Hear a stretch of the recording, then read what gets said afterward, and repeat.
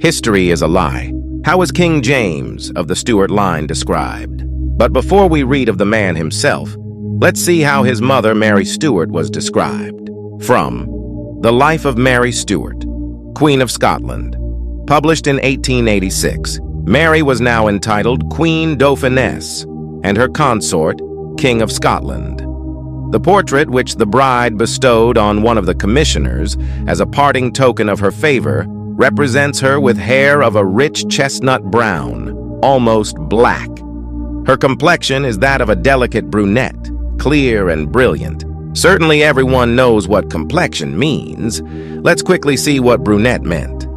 From the American Dictionary of the English Language by Noah Webster. Brunette.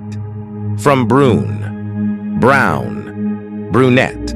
A woman with a brown or dark complexion. She's described as being of a delicate brunette. This means she was on the lighter end of the melanated spectrum. Towards the end of the video, we will show an original engraving of King James and his wife, Anne of Denmark. For now, bear with us as we show these Wikipedia images.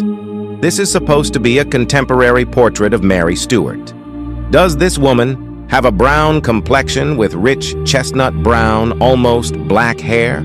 Even a 5-year-old can tell this alleged portrait doesn't match the description. Now let's read how her son, King James, was described.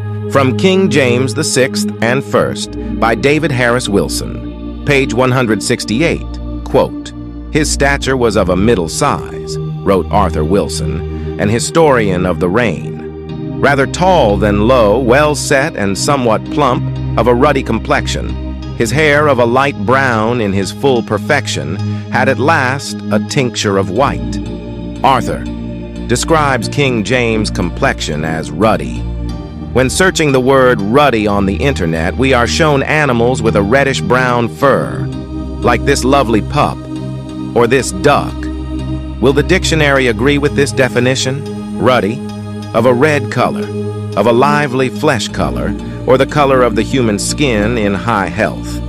The word ruddy in literature is not to be confused with pale-skinned people with rosacea issues, because that is not the complexion or natural constitution of the skin. This is an original engraving of King James and his wife Anne of Denmark.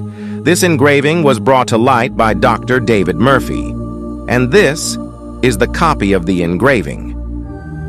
I must say, they did a very good job. The two are almost identical. Are you starting to understand what has happened due to white supremacism? Do not misunderstand us. When we say white supremacism, we are not talking about some hillbillies in the countryside.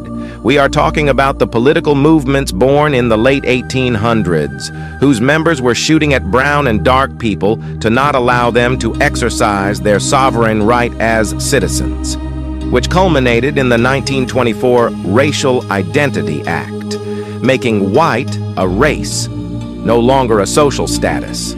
Sorry for the tangent. Back to King James. Let's look at another example. This is one of the most famous portraits we are shown in modern books and Wikipedia of King James.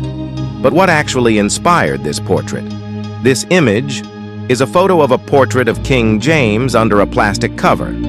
This goes to show that the original portraits and paintings, after being copied, were still kept somewhere.